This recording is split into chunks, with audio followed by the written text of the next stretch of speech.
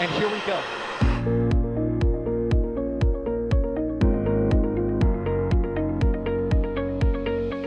We have liftoff. Propulsion continues to be nominal. R68 chamber pressure looks good. Following up. Roger, Atlantis.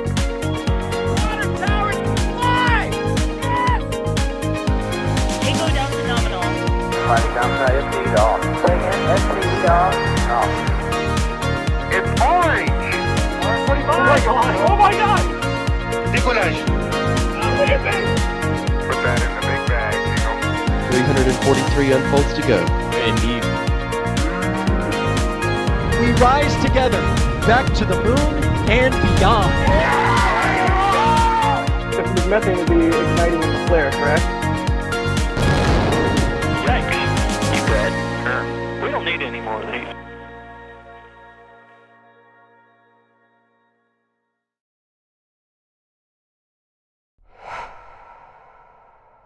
All right, folks, you know the drill. If you were watching Starbase Live, you'd know that we are standing by for some potential Ship 26 testing. Here today out at Starbase John Galloway for NSF. Bringing you tunes on Raptor Radio, or whatever we're calling it. You can see the suborbital tank farm is definitely busy right now. Multiple plumes emanating from the stacks over there on the backside. Ship 26 is the silver thing you see on the left-hand side there. But we are going to be bringing you live coverage today, not only on YouTube, but also over on X, the native app. So you can watch it either way. We figure, hey, good way to give people options to interact with the content however they want. You want to keep scrolling through X, looking at X's as we go. You could do that. If you want to watch on YouTube, cast it up to your TV, whatever, you can do that as well. But we are firing on all cylinders, it looks like. Give me some 5x5s in chat, and let's introduce the folks who are going to make it so I don't have to talk the entire time. I think we got 5x5s here. Adrian, we got you on comms with us? Absolutely, you do. It's I'm always excited. I always say that, but I'm looking forward to see whatever is happening today because one of these days where we are a bit in the dark, right? I mean, you know, the road's closed, and they have cleared the sites, and they're doing some sort of testing. The suborbital tank farm is busy, so they're doing something with Ship 26. We'll see what it is. Maybe it'll get frosty. Look, there's vents. Up around the QD area, there is some venting happening at the QD area. Left-hand camera, the little black structure that sticks up on the side of the ship there, and you can see some vapors sort of forming in that area. So that's visual confirmation that something is happening there relative to Ship 26. Alex, we got you on here too? Yeah, indeed. I'm here. I'm ready, as always. All right. Well, that is, I think, visual confirmation that we can see some frosty venting happening there. What do you think that means for today? Well, it means at the very least that there's something cold inside of those lines on the umbilical of the ship. So that is at least the very least of what we can say from that. Did you just like super green me? Where I'm like, tell us about what's happening, and he's like, there's cryo liquids in the line. Yeah, Seriously? Adrian, have you seen a grass vent today? Yes, I have. I have actually, but I think it's not on. I mean, I know I have a selfie with the grass vent, so we are now friends. But I also want to add that this doesn't mean that we are right now in fueling already. This could also be just a chill down of lines, because as we know, this tank farm activity tends to be also very much related to chilling down every component in the tank farm. So this is maybe also just related to chilling down that part, the umbilicals, in preparation for fueling down the line. Or down the vent, I should say. Down the vent, thank you. Down the line, Yeah. down the umbilical line, right? Yeah. So anyways, y'all, that's going to be the crew here doing some live commentary to kick it off. Das and Alex and Adrian will be talking. We're reading chat over there as well, so you got things to say to us. Tag us in chat at NASASpaceflight. I already see a couple, what are these 32-month things? Hang on, let me click on these real quick. Oh, it's Reese saying that they have been a member for 32 months. Hashtag, well, I can't read that. Somebody else read what Reese wrote. That's weird if I read it.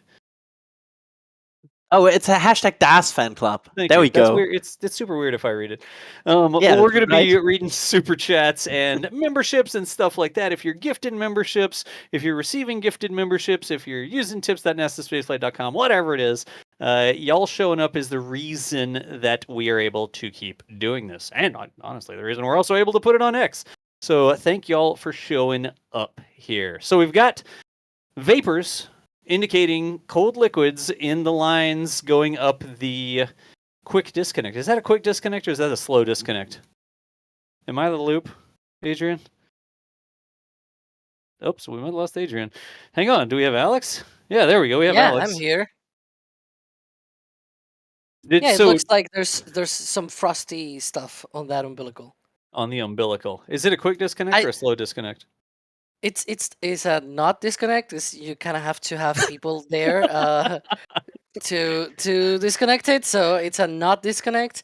That's why I call it just an umbilical, because An it's something umbilical. that you connect. It's a manual disconnect. It's a manual. It's a crude Oh, there we go. disconnect.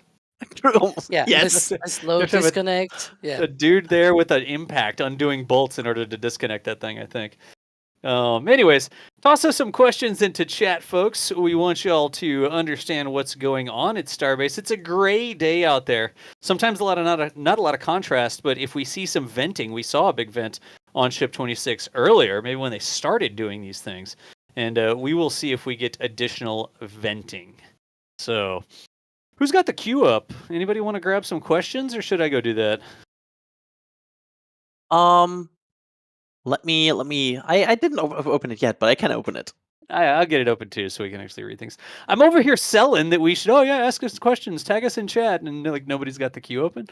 Where's that button? There. I can just grab it directly from chat. And the first question I see is about the launch date. Oh my gosh. Can we say not today? Not today. There will be nothing flying in Starbase today, unless something goes very wrong. That's what I can tell you. Like if something flies today, that's gonna be a bit of an oopsie. So let's hope nothing flies today. Is that a good answer about launch date? Yes, are we that is a fantastic answer about launch date. Chat, are you happy that we are not expecting a launch today? Is that clear to everyone? Do we need to put a huge thing in the very middle of the screen that says no launch but exciting testing? Hopefully. Did we already talk about what we expect for this testing? Like, well, I think if we put it in the middle of the screen, people still wouldn't read it. So, what do we expect for the testing today, Adrian? Oh, it's a bit of a let's try to nail it down based on the fact what we know. So we know the recondenser's on. That's the first sign we know. So there's probably methane load involved in this. What we also know is there's no overpressure load. Go ahead. Time out. Like one thing at a time. Adrian said the recondenser is on, right? But when you say recondenser, you mean the equipment that recaptures the methane. Is that correct? Yes, and basically the involvement of that, since SpaceX is required to either burn or recapture methane, because otherwise it's a very harmful gas you don't want to release into the nature, so you have to recapture it. So that's why they have this recondenser. It recondenses methane. Gotcha. So we see the recondenser on, and that means that they are likely doing something with methane today. And it's the suborbital thing, and it's the ship over there. So methane and Ship 26 is a pretty safe bet based on the observations. Did I get that correct? Correct. And that means it's not a normal cryotest, because a cryotest would usually work with liquid nitrogen and sometimes liquid oxygen, but never liquid methane. That's like never involved in the usual cryotest, because liquid methane can explode, so you don't want to use that gas if you're just pressure testing your vehicle. It's a unnecessary risk. Gotcha. So, speaking of exploding, your second point was? We don't have an overpressure notice. Thank you. So it's not a static fire. So we are going basically both ways. We are crossing down the non-methane tests and the high methane tests, and this now puts us somewhere in the middle. So what is the middle? The middle is like spin prime tests, for example, who involve methane. This is like the usual test we have seen in the past that is in this range. But there's also engine testing they could perform. But this is like the range we would expect. Basically, some sort of engine testing probably that is not a full ignition of the main chamber. So okay, time out. It's been a while since we've done this. So a spin prime test. What is that? Like a song title? SBL chat knows. The SBL chat knows the joke. But what do we talk like when we say spin prime test for the folks who might not be initiated with what's going on with Starship? What does that mean? A spin prime test is so the name kind of gives you a hint. It's spinning off of the turbo pumps. So there's pumps that bring the liquids into the main chamber where the magic happens, the thrust happens. Magic happens. Oh, by the way, there's some venting below Ship 26. That's interesting. Okay, wait, time out. So does everybody see what we're looking at now? That's a little bit more obvious. It's not written on the screen, so hopefully you see it. But there are vapors underneath Ship 26 right now. There's the skirt, and then the engines are tucked up underneath that skirt. The stainless steel sort of goes all the way down to the test mount there, and the engines are recessed up in there. It's almost like a trunk that the back of it's open. But that is where the engines are, and when we see vapors there, it means that some frosty, cold things that are colder than the ambient environment are doing something with the engines up under the skirt where we can't see, right? Yeah, that's about the expectation here. This is for sure coming from somewhere around the engine section. It's always the question where exactly it comes from, because the angle makes it hard to see there, because there's like this annoying stainless steel wall in front of it, which also is the ship. So yeah, that's the situation. But it's some engine related things. Might be some chilling of lines down there as well. Yes. I mean, it's got to have something chilly going on. What is under there, Alex? Like, I mean, we know the engines are under there, but this seems to be like two discrete areas where vapors are coming from. What is up under there that might be creating those vapors? I wouldn't be able to say, because we don't have a lot of obscured pictures of these ships, especially Ship 26, which includes a variety of upgrades that we are not fully aware of. So there might be new things going on this ship that weren't present on previous ships. Okay. So yeah, I don't know. let's look at it this way, right? When we see vapors around a ship or around ground equipment, there are two sort of vapors we see. There's a vapor that's escaping, right? Like it's literally coming out of a hole, and so it sort of has some force and some motion, some momentum to it. And then there's vapors that are just sort of like cascading gently off the side. And if it's coming out of a hole, it's sort of like a vent vapor, like being released from a pipe or a valve or something like that. And if it's just slowly sort of cascading, sometimes that just happens because the pipe is really cold, and then the Starbase atmosphere, the really humid atmosphere, sort of condenses around it and it becomes visible, but the pipe itself is not actually releasing anything outside. So with those two different things, either coming out of a vent or out of a pipe, or just cascading down the side of a cold pipe with no actually hole in the pipe, what do you think these are? That might be related to the engines. There might be some kind of pipe or some kind of vent coming out of the engines in some sort of way. We are not fully sure, to be honest. Again, I don't want to be jumping on the gun and saying this is exactly what it's going on, because we don't really know, right? And it's dangerous when you go and say, oh, this is 100% what is going on, just because you have a hunch, right? And so just because you have a hunch doesn't mean that it's going to be 100% what is happening. Another pipe that I'm looking for right now to get frosty and venti and things like that, you see, actually, there's a question in the panel, if you can grab it, about the numbers on the concrete blocks there where it says SpaceX Starship Starbase Texas. You can see on those foots of the stand, there's a 4, there's a 3, and the other leg has a 2. Those are the numbers of the 6 legs of the stand. And well, the one on the 2, the one on the right, has a pipe coming down from the ship. If you can see it, there's like a tube, and then it goes down to a pipe up there on the skirt of the ship. That is related to the engine chill line. That is actually the engine chill line of the ship.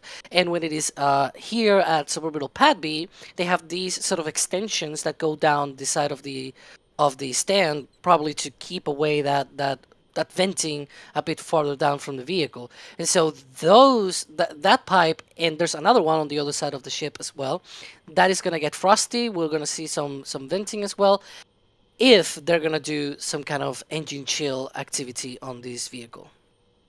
Gotcha. And everybody sees the pipe that Alex is talking about there. You see like the concrete footing just above the little yellow safety pylon thingy down to the very bottom of the screen. If you read, it's "the pad is clear," like right above that, right?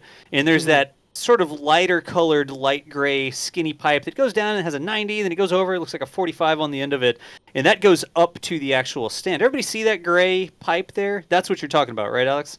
Exactly, yeah. And then Good it goes deal. up to the ship. It's a bit thinner there, that pipe that goes down the ship, but definitely that's the one for the engine chill line. And on the other side, there's going to be another one as well. So we obviously cannot see it, but we might see some venting when it comes out from that other pipe as well. Good deal. Look down at the bottom. There's actually some vapors at the very bottom as well. If we could pan this camera down a hair. Look at that. That's interesting. You can also see it on the left as well. There's on the left and on the right. So there's looks there's like a lot some of events on. Yeah, that actually might be the case, right? Because there's like very dripping, cold. Yeah, because there's very cold gases coming from top, and there might be still some of them that might be still liquid, like and dripping. they maybe like hitting the bottom, dripping a bit. But we've seen that before. That's kind of cool. Yeah, we've seen it where it's like liquid actually comes out of the pipe and it's cryogenic liquid, but it falls in liquid format and then it hits and splashes. And as soon as it splashes on the concrete, it drastically increases the surface area. So you get like a little poof, right? Like it all evaporates all of a sudden because it's increased its surface area instead of being constrained in the drop that drips out, right? So maybe that is what we're seeing there behind the pillars. I'm talking about the big concrete pillars. Look at that on the... Just for a second, I saw something there on the backside as well, but that's it. But this whole conversation, I think, really like emphasizes the complexity of rocket systems, because we just focused on like one single part of this, and we could probably talk about this single part during this test for hours, because there's so many little things that are happening during a countdown that have to go right? So yeah. It really underlines, like, this is not just a steel can where you just put a pipe in and fill it up with oxygen, methane, whatever. There's so many things involved. Yep. Look at the... it almost looks like there's something dripping right in the middle, sort of dark. It looks like there's a drip that comes down and then hits that little triangular bit. Not the one in the front, the lighter gray one, but the darker gray one. Those intermittent flashes really make me they make me think that something is sort of dripping and hitting that. Do you think that's a fair assessment? I don't know. I'm just making this up, but okay. Can I have high speculation alerts for this. Okay. I'm not sure if we should. Like, it's very high speculation. Do we have to ring a bell or something if we have high speculation? Yeah. It's that high speculation. But we know they are working on like purging the engine sections of starships, right, and boosters. Okay. And that purge is related to COPVs on the booster side, right, Alex? That are getting filled up. They are actually just regular cylindrical metallic tanks. Do we know if there's a system comparable on Starship for that? We haven't seen any of it. So, like, I mean, one can guess that there's probably something related to that. But for example, for Booster 7. When they launched it, it also had little tanks. You could see those that were like little cylinders that were. We actually have a whole video about these differences between Booster 7, Booster 9, what are the upgrades that they did, and one of them was those, bigger and larger CO2 tanks for the fire suppression system for the booster itself. I really haven't seen any of that for a ship, but it's not out of the question, because if you think about it, if they already had it on the booster even prior to, the first flight, they probably also had some kind of system like that on the ship at any point, and it's just difficult because there's a lot of things on the ship that are not on the outside. They are on the inside, on the skirt, or Yep. inside of the nose cone and things like that. And so it is really complicated to actually tell where this hardware is located. Whereas for the booster, a lot of the hardware is just basically installed on the outside. So you can look it up just looking at the booster as it is being built. And it is very easy in that sense. I mean, not that easy, but way easier than on the ship. And so yeah, it's not out of the question that they have had some kind of upgrade as well on the ship. One Yeah. of the differences for 25 is that it has this new sort of row of openings on the skirt, which are located pretty much where the engines have shielding, and this shielding sort of produces an effect of like a false ceiling, where you think that's the end of the bottom of the ship, but there's actually a gap in between the shielding and the aft dome of the ship. And so there's a gap in there, and that's where you have all of the machinery for the engines. That's where if there's any leak, you're gonna have the bad stuff. You're gonna have it there. So these openings might be related to just letting these things out and not create any sort of fires or anything like it. Could there be any sort of CO2 system just like on the booster?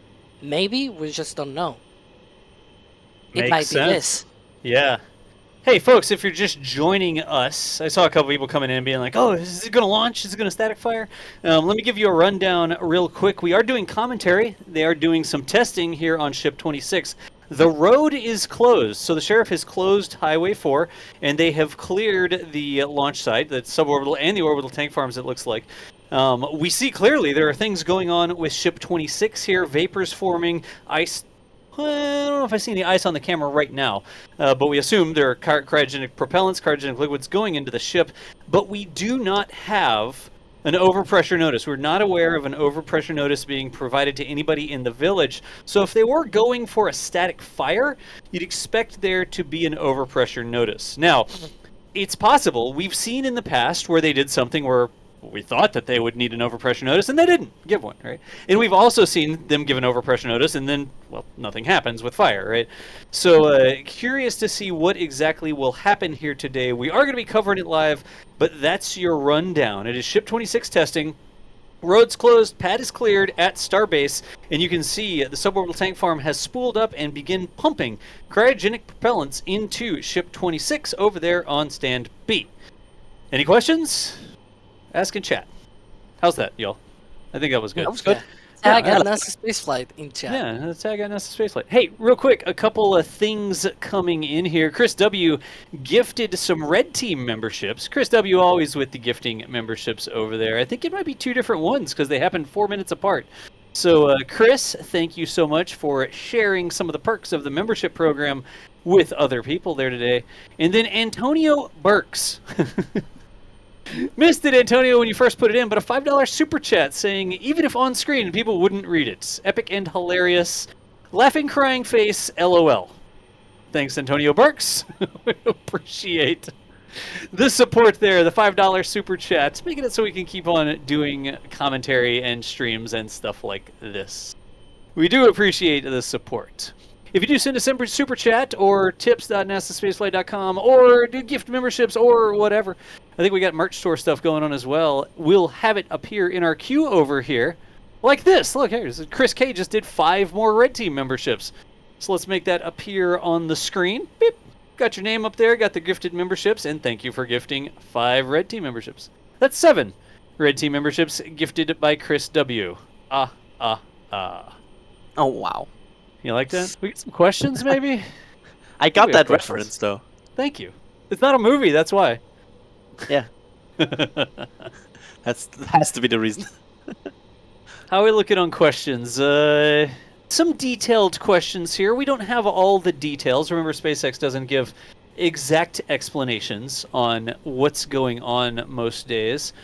But do we think it'll be a full set of engines potentially for the Spin Prime? We would only have to guess at that, right, y'all? Yeah, however, lately that has to be has more been the case for ships. So if there was engine testing in the form of Spin Prime, usually they went for all. So That's the data point we have. But of course, that doesn't mean anything for today's test. All right. Again, y'all, remember, it is not like SpaceX says, today we will be testing these things, and they publish like a PowerPoint presentation with their test objectives for the day. Like, can you imagine SpaceX doing that? I assume somebody has a plan somewhere, but I would be surprised if it was a PowerPoint. SpaceX doesn't work that way. But we can watch... Go ahead. Oh, good. we are just watching indicators. That's all we do, all day. That's our thing. Just watching indicators. So we'll see. One way to find out is to stick around and keep watching. Let's see here. That is quite the view. Yeah, that looks weird. Ship 26 really just looks weird. You can see all these dots there on the nose cone for the heat shield tiles that they removed. Here's a related question to all those pins that are sticking out. Mike asked, do you think all the exposed heat shield pins on Ship 26, all those little things sticking off the top of the nose cone we were just looking at, do you think those would cause a lot of asymmetric drag during launch? Like if it would launch in this configuration? Yeah, with the little pins sticking off the side. The studs or something, yeah. I mean, there would probably be... I'm not sure if they're big enough for, like, majorly influencing it, but I don't think it would not influence it, right? It's a lot of small little resistances in the air. So it's like... It's a layer of hair, kinda. A layer of very short hair. Nice, Adrian. Yeah, I mean it's kind of like that, right? So... I mean... It would definitely create like a turbulent region up there in the nose cone. Normally you want the airflow to smoothly separate and stay laminar around the cone. When you put a bunch of little intrusions in the way like that, you'd get some turbulence happening around those pins. Not exactly the same as dimples on a golf ball, but the same sort of thing where it's breaking up the airflow, right? Would it be enough that you'd really notice it with the ship? Probably. I mean, they have some pretty sensitive sensors with it. But remember, down low... When it's low to the ground, the altitude is low, where the air is thick, it's not going so fast, right? And as it flies up, it gets away from the thicker atmosphere, it gets into the thinner atmosphere, and so the aerodynamic properties mean less, right? And as it gets going faster, it's also higher up in thinner atmosphere, so you have a little bit less aerodynamic problems. So probably noticeable, like they could probably say, yeah, wow, it's seeing something weird on the sensors. But would it be a massive effect that would cause the ship to switch out of control or flip out of control? What do you think this is, Kerbal? Like, that's not going to be a thing here. So I wouldn't think it would be. I'm just making that up. Well, but we're also assuming that this is going to launch. It's not probably going to launch, is it? That's a good point, Alex. That's a possibility that it's just going to be a ground test article. Because it has a lot of improvements compared to Ship 25. We will probably have to make another video about that. Nice. But yeah, it has a lot of improvements, a lot of upgrades, and these are later located also on future vehicles like Ship 28, 29, 30, 31. So definitely interesting to use one of these vehicles which don't have things like flaps and heat shield tiles, which they were originally meant to be on the vehicle. As you can see, all of those studs and there's even the holes for where the flaps were going to be connected originally. So definitely something that was going to be planned at one point but never got through. And you could use one of these vehicles to just precisely test all of those upgrades on the ground. And so that could be a very valid use of this vehicle. Honestly, that's a really great point. Chat, like I want to make sure everybody watching understands what Alex was just saying. Remember the first flight? Where, like, you know, a lot of Raptors lit. Maybe not all the Raptors lit, but they had a couple Raptors that didn't light at the beginning. And then we saw some other tests where we had rapid shutdowns. I guess the engine fires on the static fires didn't last as long as expected.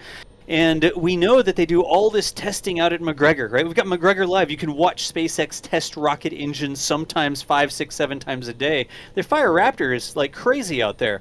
But we see all these great tests at McGregor, and we get the first test flight, and it didn't quite go as well as you would think. I mean, got a lot of good data from it, right? But maybe one of the issues, we talked about this in I think more than one video, is not just the Raptor in a vacuum. Haha, it's a space joke. No, the Raptor by itself, right? And it's not just the ship by itself. It's the integration of the Raptors onto the ship. And if you're doing a flight... Oh, vent. Thank you, Vent. If you're doing a flight, you have to Looks like actually. that was from the ship, actually. It was up the ship, like we saw earlier, I think, right? Yeah. Yeah. So it may cut me off again, but potentially what SpaceX might be doing here is testing the integration with Raptors and ships and learning about that and maturing that process. You don't have to fly this ship in order to get a ton of good data from it, because you can learn how Raptors work with ships when it's the ship connected to the Raptor, with the ship providing the propellants and the ship computers providing the commands and all this sort of stuff, right? Maybe that's what we're seeing here with Ship 26 is integrated testing of, in fact, let's call it some subsystems. Go. Yeah. Well, one of the visual differences that you can look at the ship and be like, oh, yeah, this is different. You remember the cowbell vents, right? On the booster, they are located on the common dome of the booster. But the ships, starting I think with Ship 24 was the first one, and then Ship 25 also has these cowbell vents.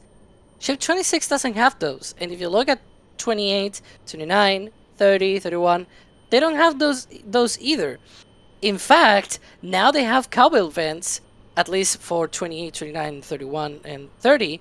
They have it on the nose cone. So the header tank vents have now those cowbell vents for some reason. So they moved them from the common dome to the header tank vents.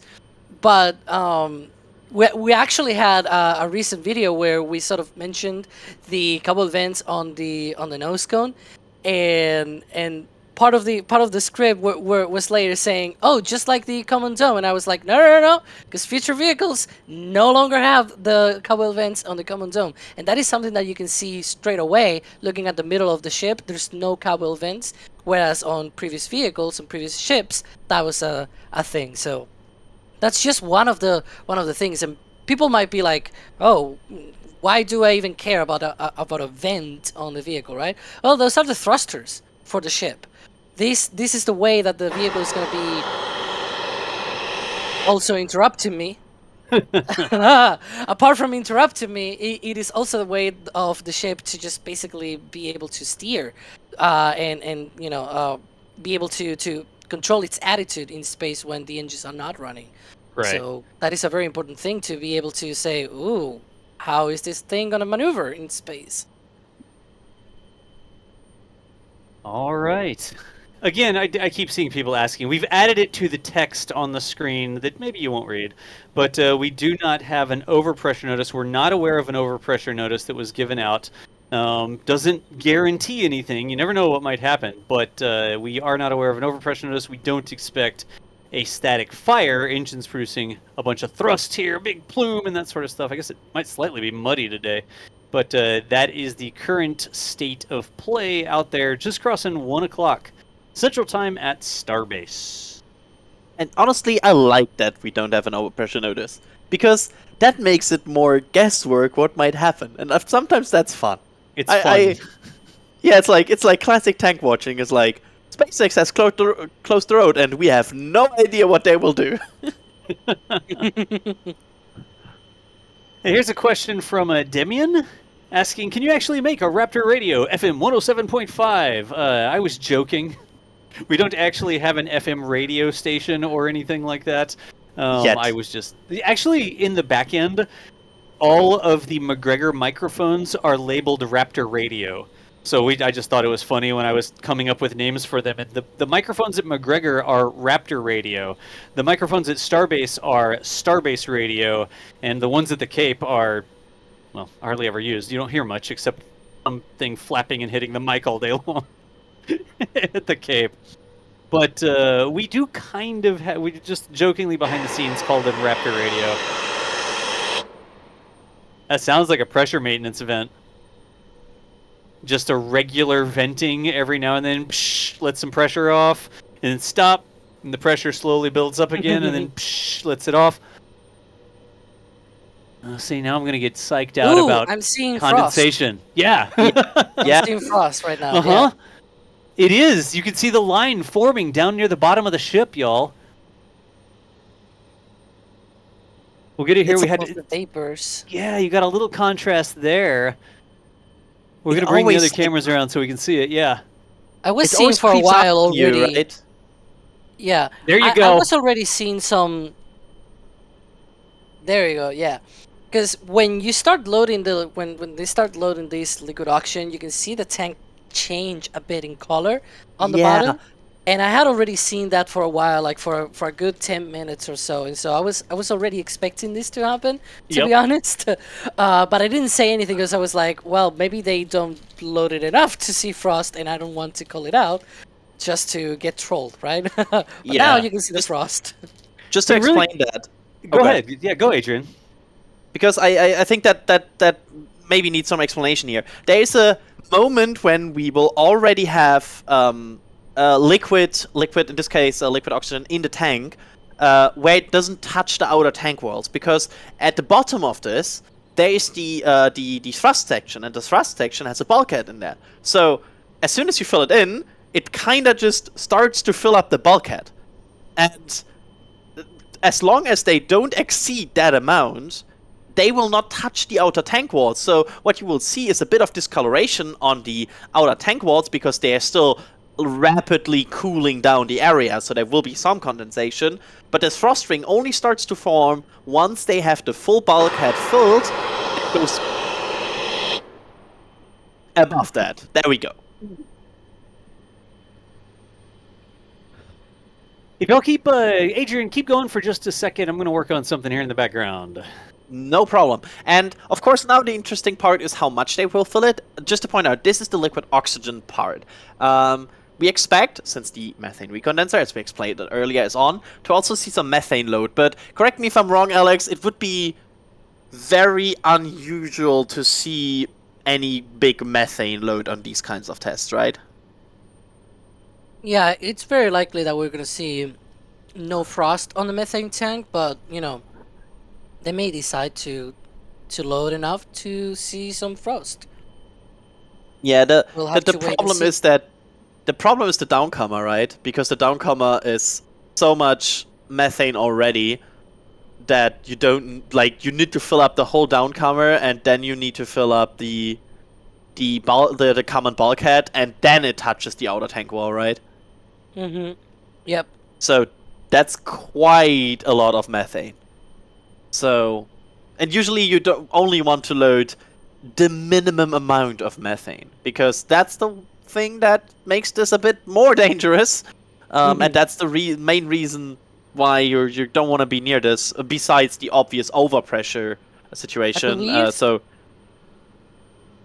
Go Yeah, ahead. I was gonna say that off the top of my head, I believe the transfer tube can hold about 3 tons of methane. I think for the ship, and for the booster is about 15, because it's about more or less 5 times as large, because it's wider and longer. So I think it is 3 tons on the ship, and then the bulkhead can, just off the top of my head here, I'm not. Okay, Vent. Okay, Vent. Just very clear on this. This is numbers off the top of my head. When I used to do these numbers, like way back when, I think the common bulkhead can hold about another 5-6 tons.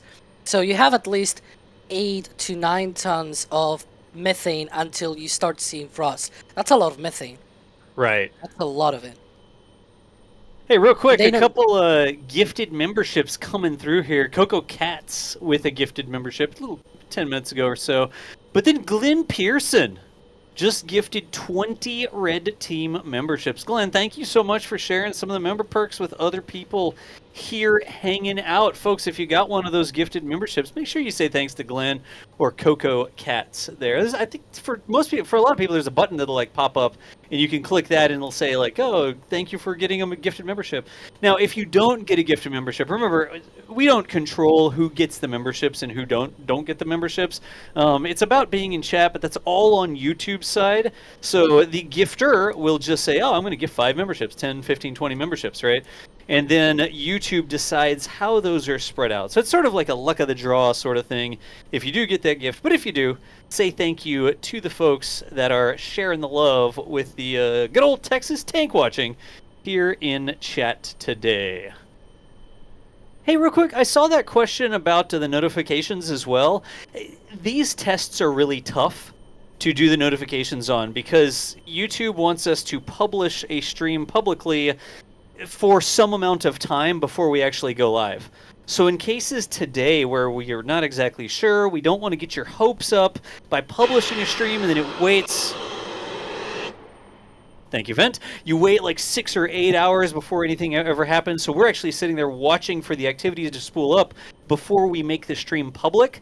Sometimes we do that and then go live so quickly that YouTube doesn't send those notifications. So if you didn't get a notification, that is probably why you didn't get one today. It's just we made it public once we saw significant activity that was worthy of a commentary stream, right?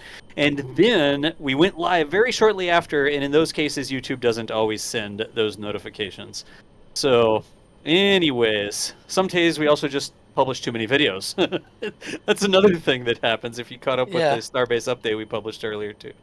But we had NSF.live yesterday, right? And we did have Starlink NSF overnight, and a Starlink, and then Starbase update.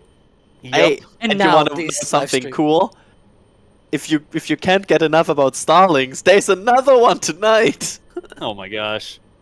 They never stop. Frost string is still rising, and It is. okay.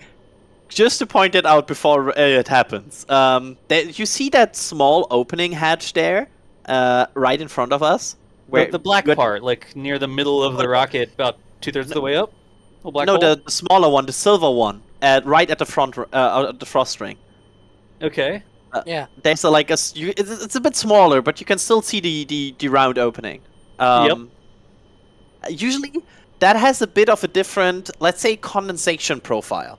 So once that touches it, it sometimes looks like a leak, where it touches that and like because it looks a bit different, it suddenly looks like, oh, it's leaking from there. No, it's just the opening hatch, which sometimes looks a bit different. Just a bit different. Just to point that out before it happens. Yeah, no, and we still get comments saying that it is leaking. About it leaking. Guys, it's leaking! It looks like a hatch or a blind or something, right? Where it's like, oh, that's not sealed correctly. Oh, it's going to leak out of that.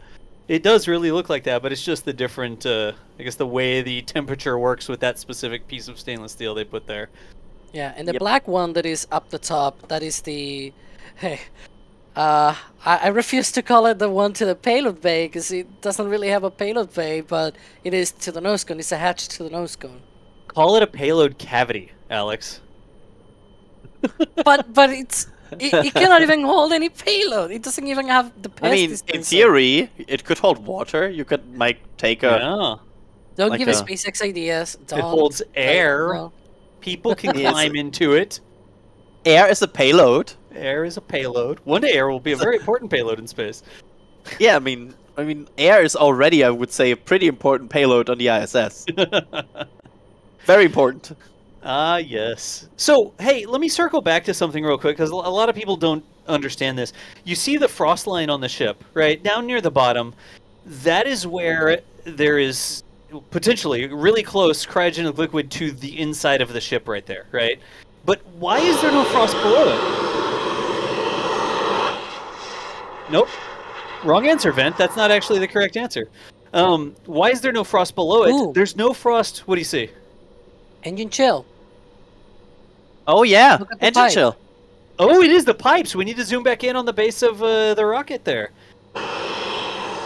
Zoomies, as Crispy says. There's a ship mid, I think, or a base mid that's a preset that shows that, if I recall correctly.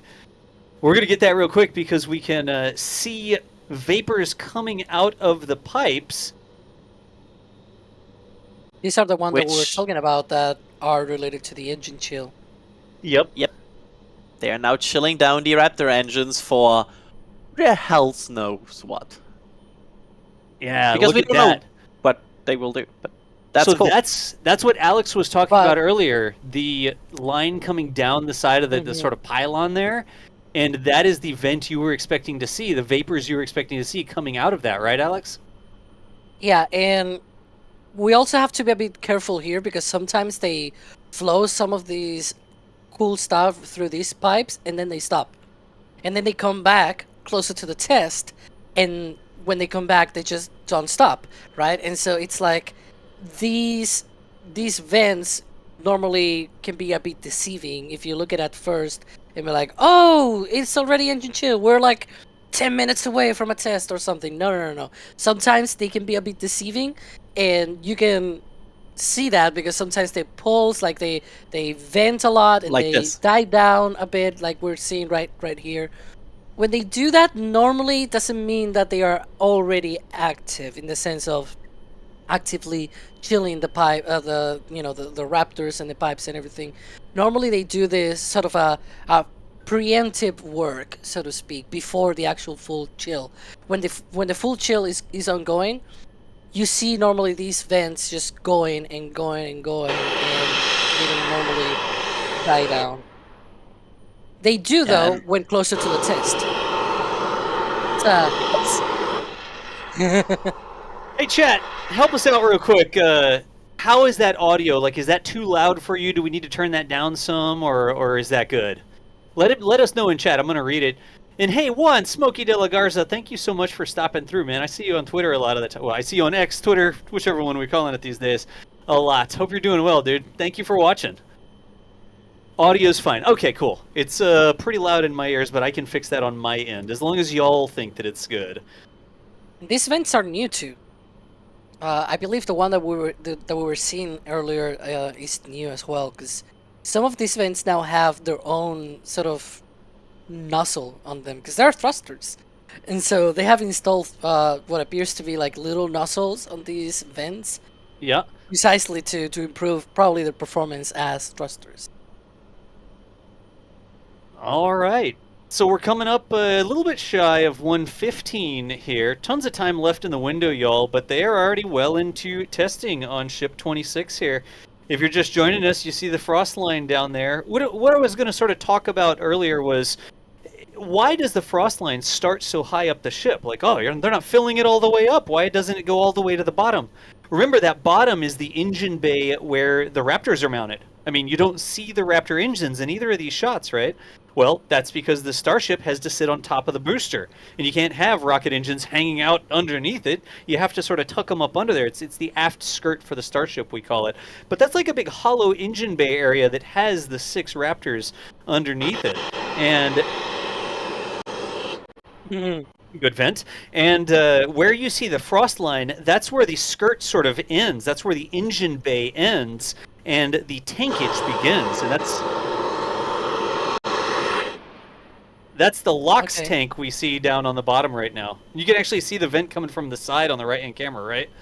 Yeah, and one thing that you can look here is how different the LOX tank looks relative to the rest of the vehicle. Yep. That's because it's colder. Like now the coldness, so to speak, has reached all the entirety of the tank. And so it is different color because it is colder, and so that means there's condensation on it.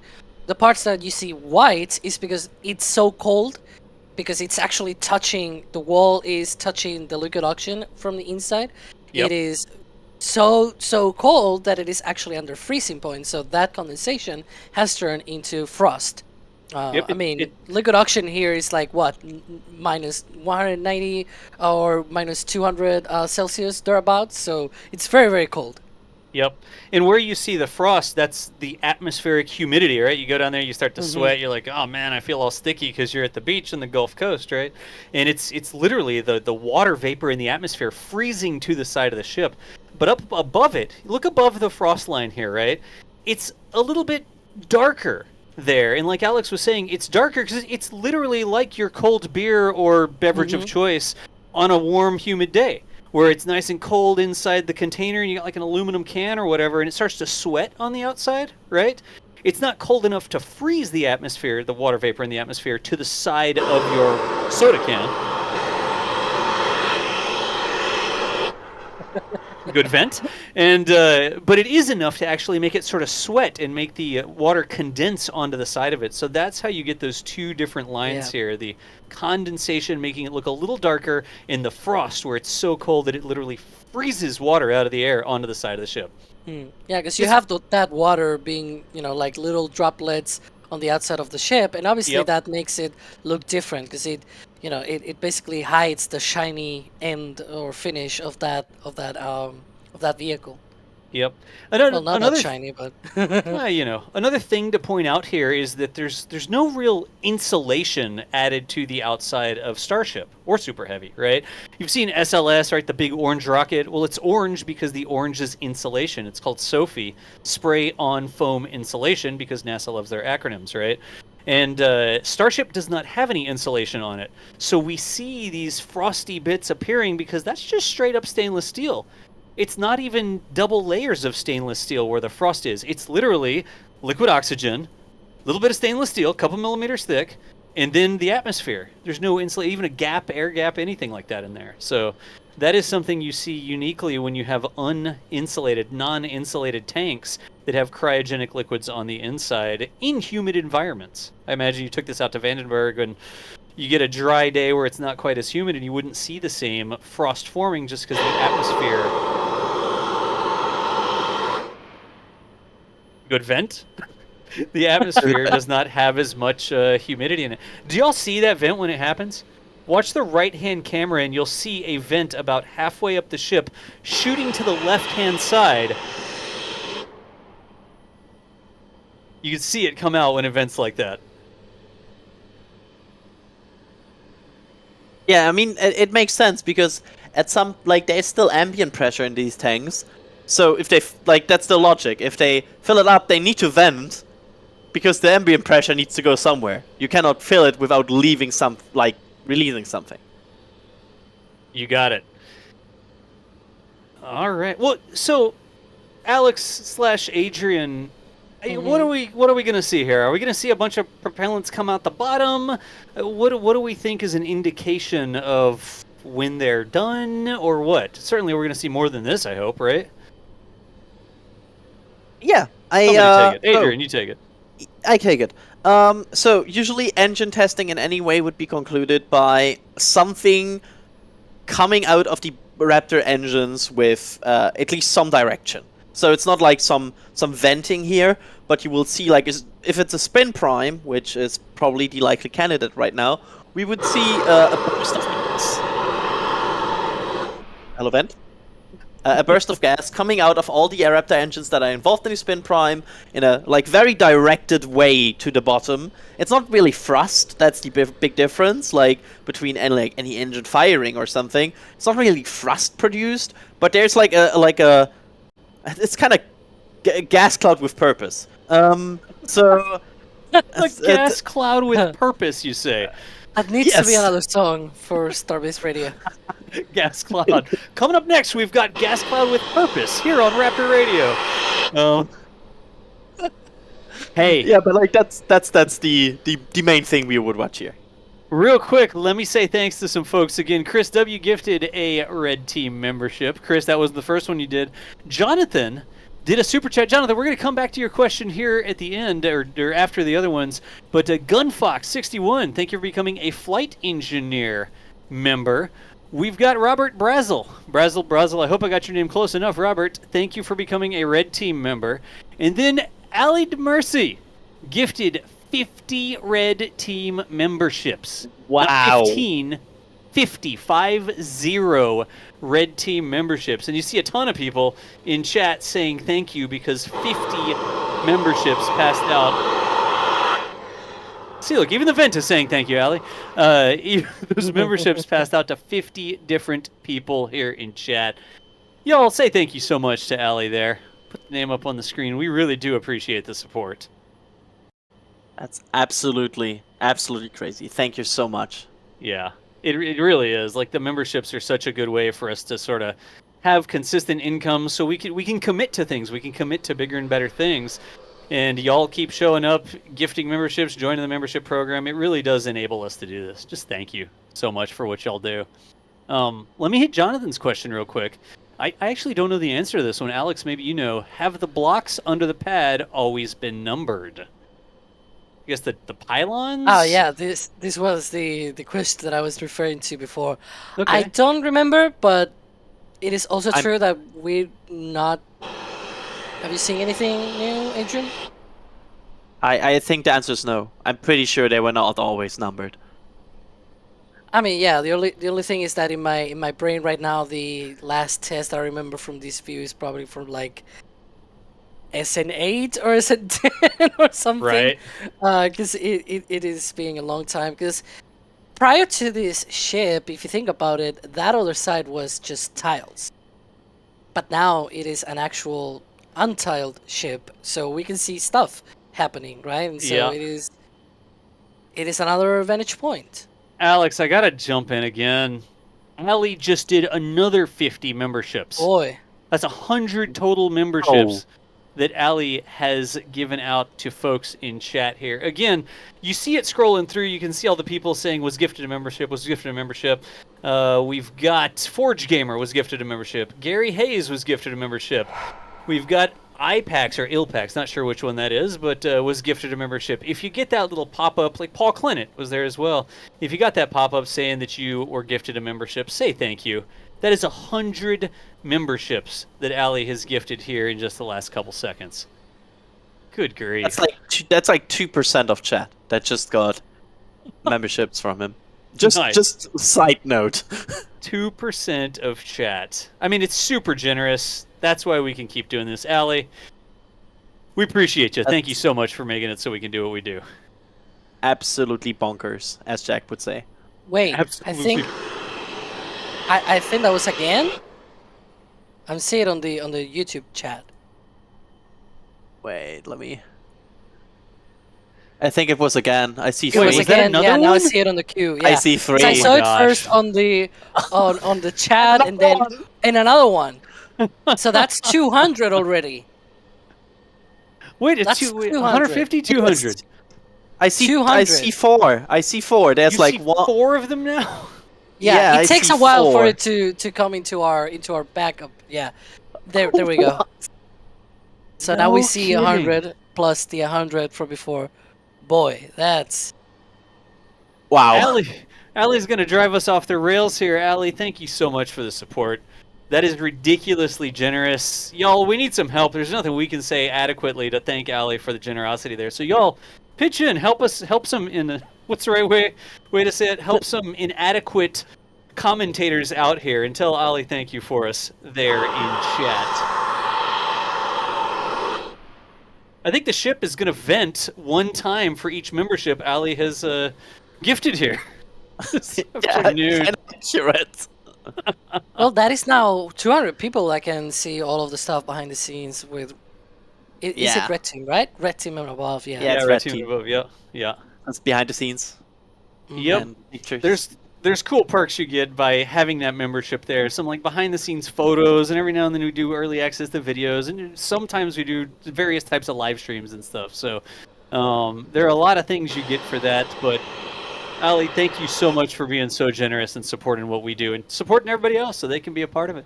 A couple other ones here. Jeff Rowe, thank you for gifting a membership as well. Tom V did some gifting. We've got Gunfox61 did 10 red team memberships there. Thank you, Gunfox, for the 10 red team memberships. Anonymous? Anonymous? Anyways, gifted 5 memberships in there. Gunfox did another 5. I haven't been adding them up, but I've seen Gunfox's name a couple times in the queue. Good grief. Y'all, seriously, we need to talk about the rocket here some, but thank you so much, everybody, for being so generous with the folks in chat here gifting those memberships. It's always such a balance for us. Like, we don't just want to talk about the gifted memberships, but if we didn't have them, we couldn't do what we do. Like, if we didn't have that support, we couldn't be here doing the things that we do. So thank you all so much for the generosity. Let's talk about the rocket some. Here's a technical question, Alex. This one's going to be for you. This is from... Oh, Those are interesting noises. that's a longer noise. What's happening? Yeah. Where is that noise? Is the question. Everybody, look for the vent. Okay, it stopped now. I love how the cameras are circling around as well. Yeah. As Kevin is also like, well, I don't see it. It's like inspect from every angle, right? Let me get to this. Let's see if we can get this question in. Indolus. I don't know where the emphasis goes on your name, but asks, is it known how big the loss of propellant percentage is For example, when performing a full stack, a wet dress rehearsal for a LOX methane, loading, unloading propellant, there's losses, right? When you go through these tests, you lose a little bit of it. Even the methane that you try to recondense, you try to recapture, you're not 100% efficient, right? So, Alex, do we have any estimations? I don't know that SpaceX has released those exact percentages, but can we guesstimate or estimate or just talk about that a little bit for Indus? Yeah, so we have one data point, which is the wet dress rehearsal that they did with the first full stack. Well, not the first full stack, but the first full stack that actually flew back in January of this year. We also have the data point from the abort that they did on April 17th for the first flight. So we have at least 2 data points, and what it shows is that they lose a lot of liquid nitrogen. And people might be thinking, but they don't load liquid nitrogen. They don't load it, but they use it for the tank form, and they use a ton of it. Actually, 1,000 tons of it. Approximately 1,000 tons of liquid nitrogen are lost to vapor nitrogen, I guess, to gaseous nitrogen. And the interesting thing is that is because they do subcooling, they chill down pipes with this liquid nitrogen. So overall, when you take into account how many things they need to chill down with this nitrogen, and that they vent it overboard, because it's nitrogen, right? That is pretty much 78% of our air, so it's not really that harmful. So they can vent it already, and it's cheap to get as well. So they don't really care that much. So nitrogen is one of the things that they have, like, is the thing that they lose the most. Then comes liquid oxygen. It appears that they lose about 300 to 400 tons of it when they do a full stack, which is approximately 10-15% of all the oxygen that they use for the full stack. And then methane, it is actually the one that is lost the most.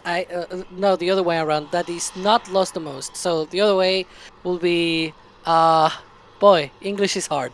It will be the one that is lost the less, right? That's probably the way to say it. But yeah, it is probably maybe not more than 10-20 tons of it. Like, we maybe saw 1-2 tankers coming in with methane after these tests in the launch attempt on the first flight. So it's not a lot that they lose in terms of methane, but nitrogen and oxygen, they lose a lot. Is the frost line still rising? It is, right? Kinda, yeah. But also, you can really see the LOX tank here in this picture right now, right? Because the LOX tank is like significantly darker than the rest of the ship. And one of the things that we observed during the cryo test is that one of the upgrades of this vehicle is that it has extra stringers on the inside of the liquid oxygen tank, and so it appears that these stringers make some kind of different pattern on the frost, because where those stringers are located, where those stringers are located, you have thickness there, and thickness means that the temperature, the heat, cannot go across as well as, you know, when there's only just tank wall. And so the frost lines just do something weird around those stringers. Oh yeah, that's like, I think you wrote that in SPU, right? I think so, yeah. Yeah, I remember. I never remember if it was you or me, but I know it was an SPU, and you know it, so it's probably you. It's always coming down to who does that episode. Let's see here. We have still... Is this... The engine chill vent at least is like constantly going at this point, right? So it might be... I'm now thinking, like, when did they start to fuel? Like, this feels already like a significant duration for a ship test. Like, these are usually a bit shorter, and we are now at, like, what, an hour? So that's quite substantial for a ship test. In terms of testing duration, we had ship tests before where from recondenser spool up to test it was like 42 minutes. So we'll see how that goes. But so far it seems like everything is ongoing. They're fueling up. Everything looks good. And next up we expect is probably some signaling what they might do today. Again, there's multiple tests that could happen here, and we're just looking at things that are venting. We like to see things that are venting. Let me go to the panel here and see if I'm back, oh. Adrian. Oh, there we go. Yeah, sorry about that. I had to hop over for a second. We're still learning. Like, we're shaking all this out so that we can bring live coverage directly to X. And we put the stream. We had a start time and a stop time for the stream, right? And you don't know when you should even start, really, with the Starbase testing because there's no published schedule. So we just made up some times, and apparently the stream ended. Oops. On X, so we had to go through and restart a new part 2 of that, and then we have to retweet it out so people can see it. It is definitely a completely different platform for video than YouTube is. So that's why I disappeared for a second. And folks that were watching on X, there is actually a totally different URL you have to go to now if you want to continue watching. We can't just like pick it back up again because it started the stream or stopped the stream. I guess I can't say unexpectedly. It was completely expected that it was going to stop the stream. We told it what time we thought, just as a placeholder, and then we forgot about it. So, Was Whoops. unexpected. Anyway. Thank you, Alex. It was totally expected. Strong puns. That's our game. And Sawyer's not even here. I know. Hey, real quick, I was not paying attention. If we're repeating it, well, maybe it could be repeated. I saw a resub from Ali come through 22 months at flight, or 22 months and flight engineer. That Ali has been here, part of the community. So Ali, thank you so much for being around for that long. I just want to make sure we saw that. Those actually don't get caught in our software right now, and so I also sent a message to the dev team that it would be great if we caught those resub notifications in our backend so that we could say thanks for those as well. The Sawyer card in honor, yeah. Yeah, are we now displaying Sawyer every time somebody makes a bad pun? Sounds like that.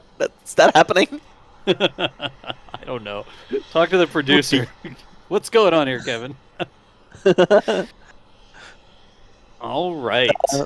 Well, what's going on is a ship that is still being fueled by liquid oxygen.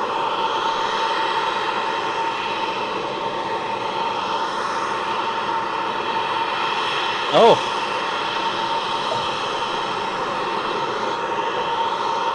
Look at that. Is that a depress vent? Too long for the test. Ooh, I Are we can see the supposed to talk methane right one. now? I saw the methane tank What? also venting. I'm not sure if we're supposed... Chat, when we talk, can you hear us, or should we be quiet? What? Like, Is what? Is that frost appearing on the methane tank? Oh. Might be because they're also depressing the methane tank, but I don't know. Okay, You chat can can see apparently sometimes. hear us fine over the vents, y'all, so we can keep talking when the Yeah. vent happens. That's super, so we sound like idiots when we always make these. Cool. Nice. Yeah, on our end, it sounds way louder. Okay, so let's talk about this. This is a big continuous vent. Usually that's like a depressurization vent, right? Yeah, this is right now way too long for my taste. Look at that. Yeah, that's feeling a bit depressed. Oh, it's not from the one that has the nozzle. It's actually from the regular vent on the tank. Look at that. Yeah. You can see how the whole tank discolors, by the way, because of the temperature Yeah. change in it. Yeah. And you can see the vertical lines of the stringers that I was You saying can see before. the stringers. Yeah, look at that. Huh. Just as so predicted. weird. So let's explain, y'all. There's 5,500 people watching. When we see a long vent like this, right, we usually think that it might be a depressurization vent. And what I mean when I say that is pressure builds up inside the vehicle while they're doing things. And when they release all of that built up pressure, it takes time to happen, right? So when we just see a sort of intermittent vent where it's like vent and then it's off, and it's vent, it's off, and it's psh, it's off, and it's psh, and it's off, like sort of on and off. I refer to those as sort of like they're maintaining the pressure. The pressure goes up a little bit, they let a little bit of pressure out, then they close the vent to keep it at that level. Then the pressure builds up again, and they let a little bit out, right? But here, when we see a very long vent like this, it's like they just open this up and they're just letting all the pressure out for a prolonged amount of time. It gives you an understanding of how much pressure is actually in that vehicle when they release it over time like this. But Yeah. if this continues on, I imagine we'll see the vent slowly get quieter. I guess we'll hear it get quieter and see it get shorter as the pressure sort of decreases. And that doesn't mean that everything's over. It doesn't mean that they're done for the day or anything like that. But that is a classic depress event. If you ask me to categorize what it is, Alex, Adrian, either of y'all disagree with the assessment there?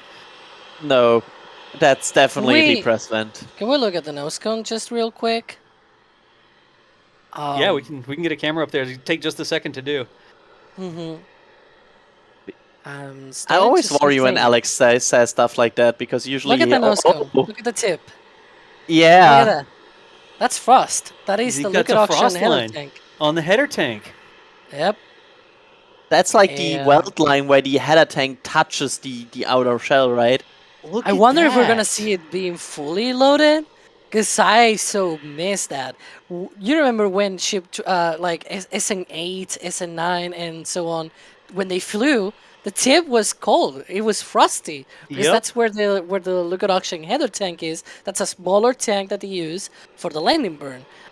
It is dedicated just solely to that, Yep. and it is basically flush with the tip of the nose cone. The tip of the nose cone is actually the wall of that tank. Of the and tank. So you have like a dome that is welded to the tip of the nose cone, and the tip itself is part of the tank. And so you see it get frosty now with the new ship being having heat shield tiles.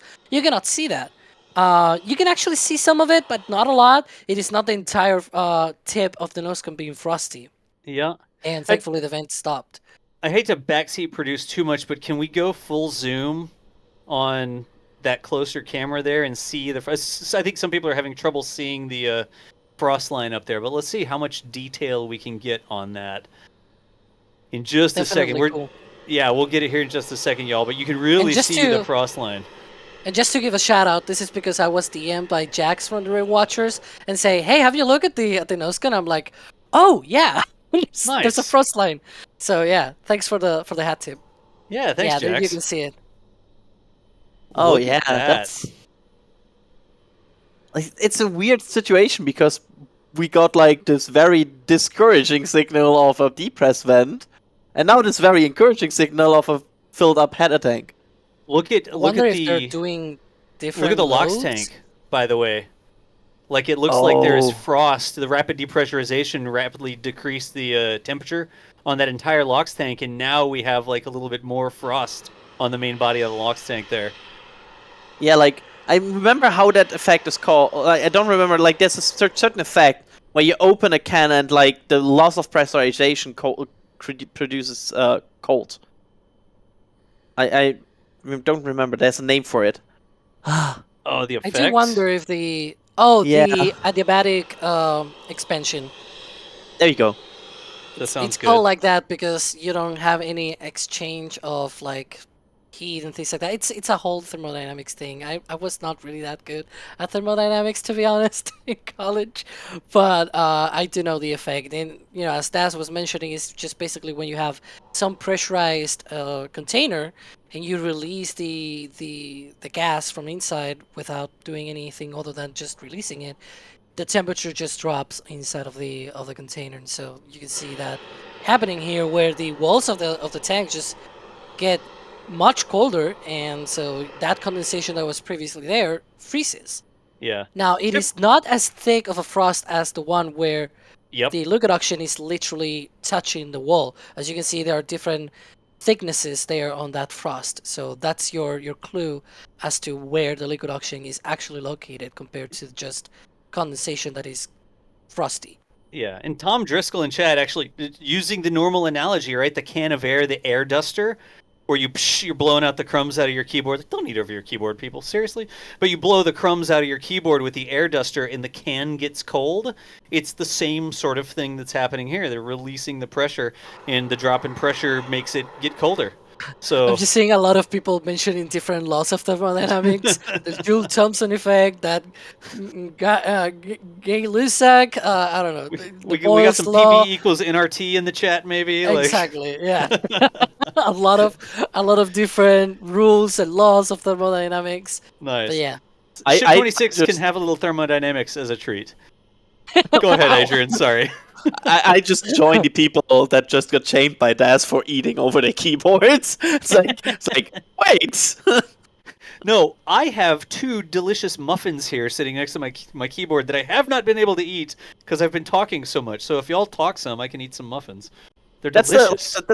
That's always, especially on these longer streams, just go a bit off topic here. On these longer streams when you order food as a commentator or something, or like have food prepared, and then you're like on commentary and next to you sits the food, and you're like, staring at it like... My wonderfully moist blueberry muffins are gonna like dry out due to the fan because they've been sitting on my desk since we started the stream. Oh, that's the worst. Like, I can throw Alex some questions so you can eat a blueberry muffin. I mean, I should just come back and answer questions like rah, rah, rah, rah, rah, like as I'm eating the muffin. Would that be unprofessional of me? You can say yes. It won't stop me from doing it. Yeah, I think the answer is yes, but it won't stop you. Bro, eat the muffin. Dan Hodges has instructed me to eat the muffin, so I'm gonna eat some blueberry muffin. There you go. Y'all talk. Are here asking, if they're only doing a spin prime test, would they actually need to chill the engines prior? Alex! So, yes, and also probably no. So, this is a multifaceted question, I would say. The reason behind that is you obviously need, I mean, I say obviously, but it might not be that obvious from the onset, that when you have a spin prime test, you're flowing liquid oxygen through the liquid oxygen pump, and you cannot do that with the pump at room temperature or whatever temperature there is right now at Starbase, right? You cannot do that because obviously that will mean that your liquid oxygen will turn into vapor and you can break your pumps, and so that's a bad thing to do. We actually explained that on on Falcon 9 launches as well. You see these callouts of engine chill, same thing. But for Raptor, unlike Merlin, the fuel is also cryogenic. So there's methane, but the methane, in theory, it's not involved on a spin prime in the sense of actually flowing through the engine. When you see those vapors coming from the engines during a spin prime, that's actually the liquid oxygen side. It's only the liquid oxygen pump that is being spun up. But when you do these things, when you do engine testing, you obviously want to test the full thing, right? Even though you might only activate the liquid oxygen side, it's also good to have the engine chill side of, like the methane side of the engine also being chill down and be active so that you can test all of that as well. We saw the recondenser on the tank front, which we were mentioning before, that it was related with liquid methane loading as well, so they probably have already loaded methane as well. But as we mentioned, if they don't load enough, we don't see any frost on the methane tank because it's on the transfer tube or the bottom of the tank or something like that, but it is not actually touching the walls of the tank. So all of this to say that surely they could just load the liquid oxygen and do the liquid oxygen side of the engine chill, right? But it is always good to run both, and so far we have seen that to be the case, and frankly I would expect that to be the case in the future as well. Oh, there you can see frosty lines. Also, I want to point out and shout out my main indicator that still gives me hope, which is the old and former flare stack, which is not active. And usually when these tests wrap up and they have some sort of scrub or depress or anything like that, the first thing that starts is that Pope vent, like that that former flare stack that is now just a gaseous vent. And as long as that's not active, and it's not active right now, you can see it on your screen right now on the middle to left side next to the Raptor transport, not the Raptor transport center, the Raptor installation stand or maintenance stand. That's the next. That's the flare stack, and that's not active. That's good. As long as hoping that's we not see a active, fully I'm happy. frosted. I'm seeing defrosting not only on the vehicle tank but also on the header tank. Like that line of frost on the header tank is also going down. Yeah, I think I right now it wanted a seems like they're holding a bit. Maybe. yeah. I wanted a fully frosted tip on the nose cone there. I miss it. Yeah, I just miss fully frosted vehicles. That's the coolest thing ever. Ha! The coolest thing ever. Let's see. Do we have more questions here? Now I got it. I'm dumb. I'm sorry. I'm very sorry. The engine chill Just to vents have recap, also stopped if you look at it. that's not a sign I want to see. Oh, there's another Sawyer mention here. Let's Oh, go. come on. What could today's test be? Cryotest or spin prime or maybe static fire? Alex, what could today's test be? Well, apart from testing our patience, I don't know. It definitely looks like they were doing something with the engines. They loaded methane, they loaded liquid oxygen. They were doing some engine chill there on the Raptors. They even loaded the liquid oxygen header tank. Might not be that out of the question that maybe the methane header tank was probably also loaded. We don't know because it's tucked inside of the nose cone, but it wouldn't be that far-fetched to think that was the case, Ooh. perhaps. Big vent. And ooh, yeah, that's from the vent stack, right? Oh, That's the one that we were you mentioning mean the before. whole monologue I just had about that's Mhm, good as long as that's not active and that gives me mhm. hope? Yeah, that was a good time like 2 minutes ago. Yeah, Talking I about missed it 2 commentator minutes jinx. ago. Yeah, I Yeah. missed it 2 minutes ago when we were seeing that vent. Yeah, that's not good, right, Alex? Yeah, so that vent, as you were mentioning before, it's related to the D-tank of the vehicle. We're talking about the recondenser being used to basically recondense back the gaseous methane into liquid and return it back to the tank farm. This is also probably related with that. I'm not fully sure if it's related with the methane though, or the oxygen side. Probably the methane side because this was originally the flare stack, where they used to burn off the methane. Now we're not saying that that's methane what it's coming out. It's actually nitrogen what it's coming out. But the relationship will be that you use that nitrogen to cool back down that gaseous methane via vaporizers and things like that, and be able to recondense the methane back into a liquid from gases to liquid. And by doing so, you can return it back to the ground tanks from the vehicle tanks. So Yeah, it basically, indicates detanking. yeah, how these recondenser work, there's there's a lot of heat exchanging between nitrogen and methane involved, right? There's you lose a lot of nitrogen for the fact that you recondense your methane. So Yeah, compressors and things like that to be able to cool down Yeah. your stuff and be able to, again, turn it from a gas to a liquid and be able to return it back. Because that liquid methane that you load onto the vehicle, it not all turns into a gas, but some of it does, and so you want to return that back to the tank farm instead of venting it, and that is a very important thing to do. So Alex, do you? Oh, good. I've eaten one of the 2 muffins, so I figure I should hop back in and say thanks. So you're How was the muffin? Oh, it's delicious. It's like a blueberry muffin with like real fresh out of the can. Fresh out of the can.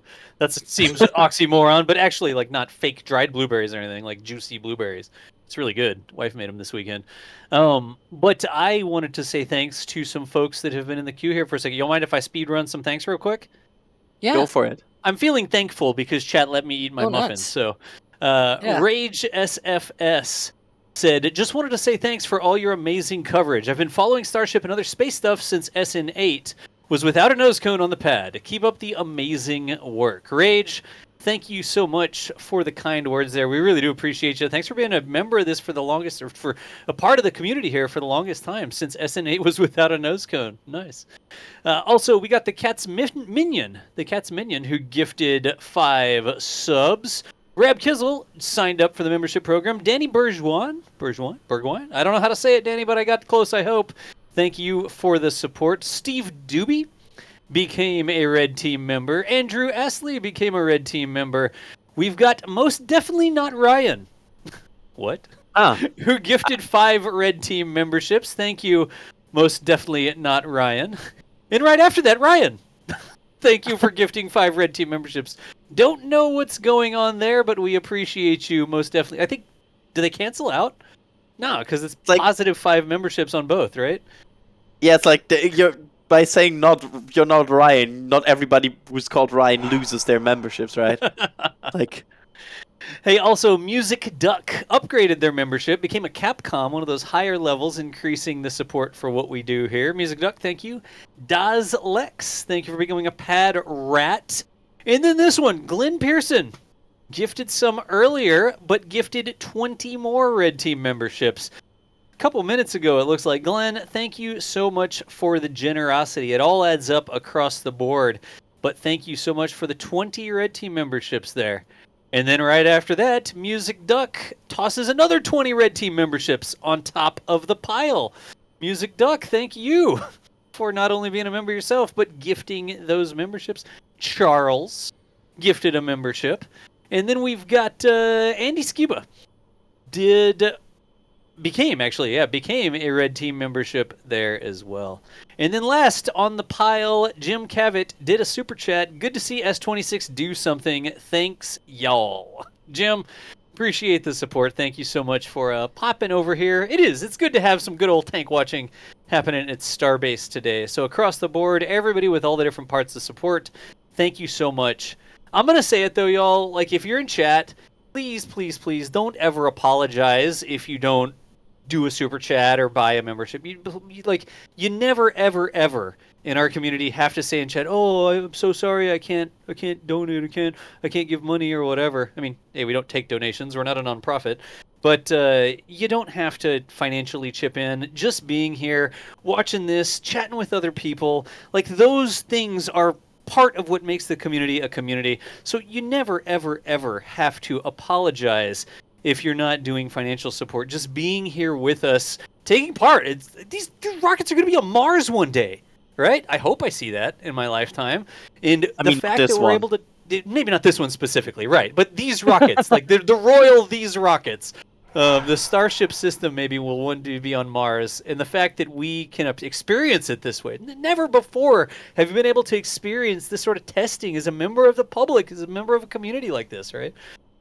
It's just cool that y'all are here. So you don't ever have to say you apologize or anything like that. Everybody here, we are glad to have you, and we have good times watching these Texas tanks being tested down there at I was trying to get the T in there, but I missed the T. Down at Starbase. It's not Tarbase. That wouldn't be right. Anyways, back to you. I needed to speed run those real quick so I could say thanks to the bunch of people there that were helping out. It's the blueberry muffin generosity. It is. It's making me feel very generous there.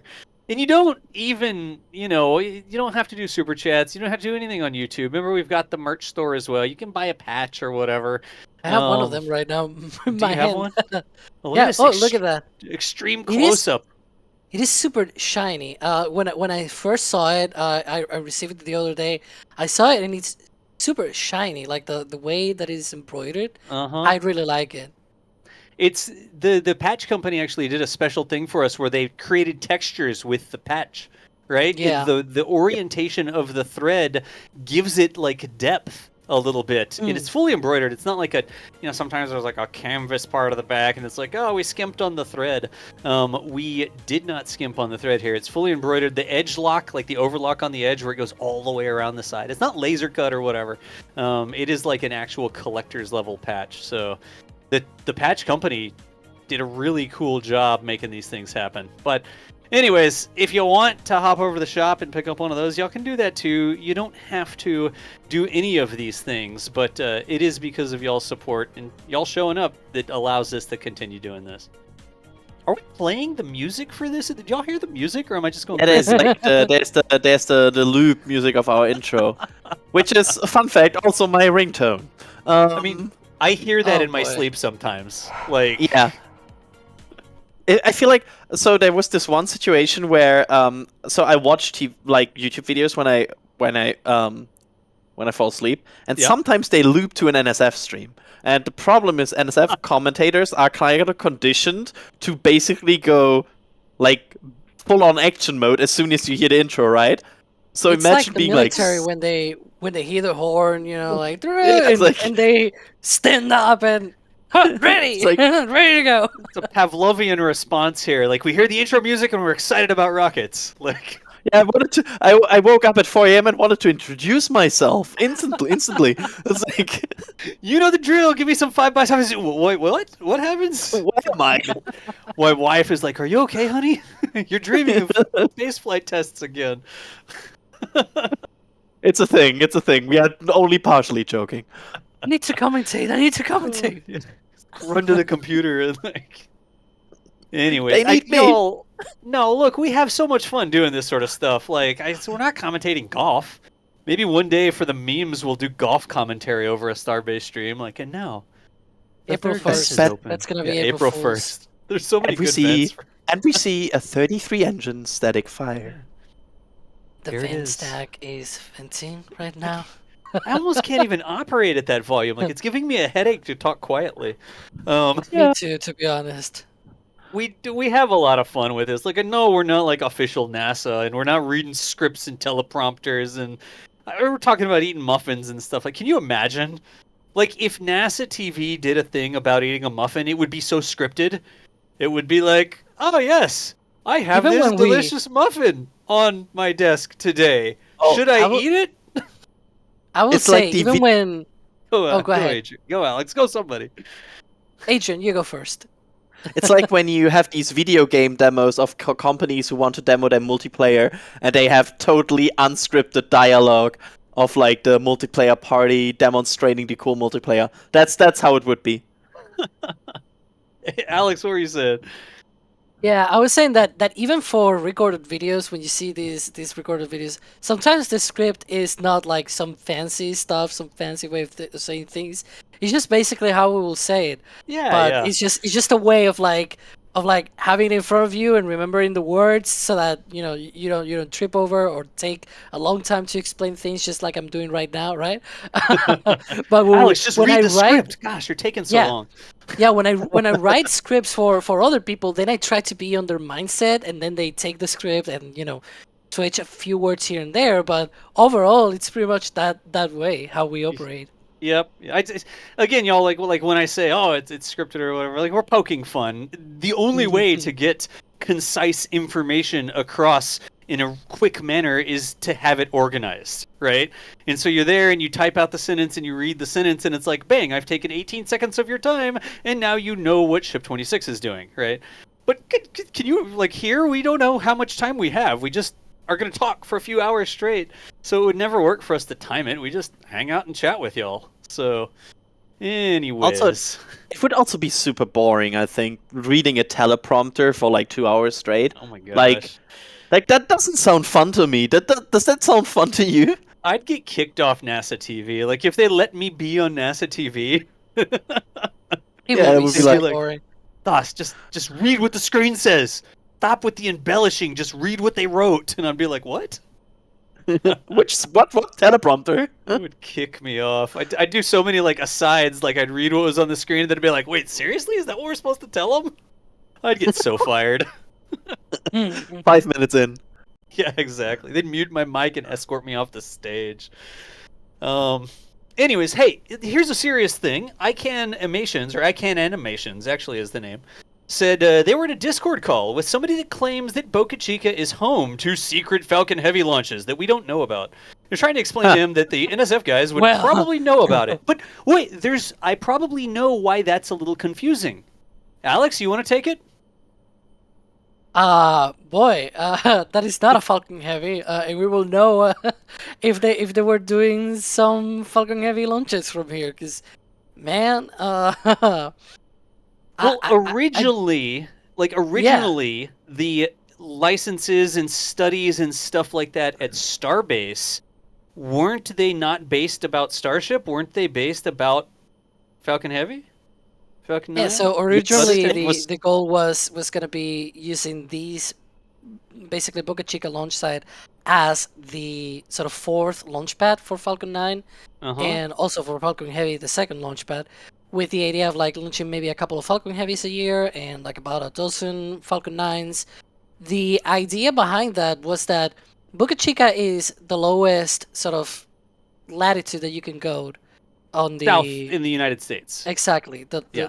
the most south portion of the United States that you can then launch things from, because and not have like some kind of issue with transportation or anything like it, because you could in theory just launch from Hawaii, but then you need to move the rocket all the way to Hawaii, right? Yep. That's But not Florida Keys too, right? The Florida Keys are way down south, Yeah. but we've already got a launch pad on the East Coast. Like, you would pass the Cape on your way to the Keys if you were delivering a rocket. So, And so that is ideal.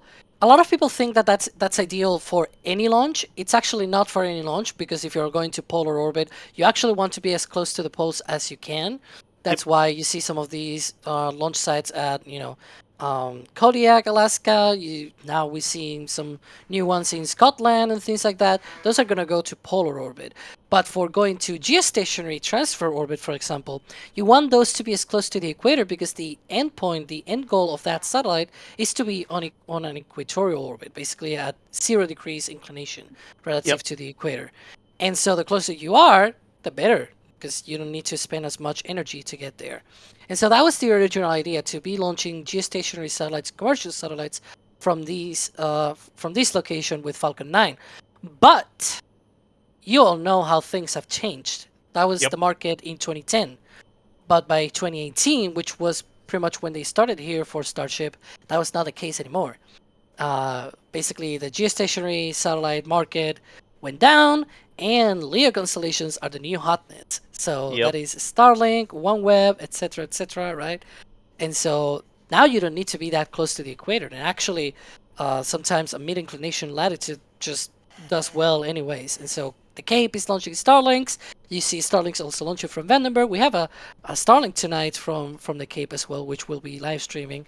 So yeah, that is the whole idea why they didn't go with Falcon 9 from here. Instead, just went straight to Starship, because when they started here with Falcon 9, Elon already said, this is where we're going to be launching to Mars. This is going to be the place we're going to be launching to Mars. But back then, that was going to be like 20 years down the line with some Mars colonial transporter kind of rocket, right? Yeah. But that eventually became Starship, and it actually came here much, much quicker than So, predicted. yeah, to wrap it up there, like, if somebody is telling you something about Falcon 9, Falcon Heavy, and Boca Chica, that was sort of the original plan. It's why they started snapping up Dogleg Park, grabbing properties over there, right? Because they wanted to launch rockets from this other site that was halfway to their factory in California, right?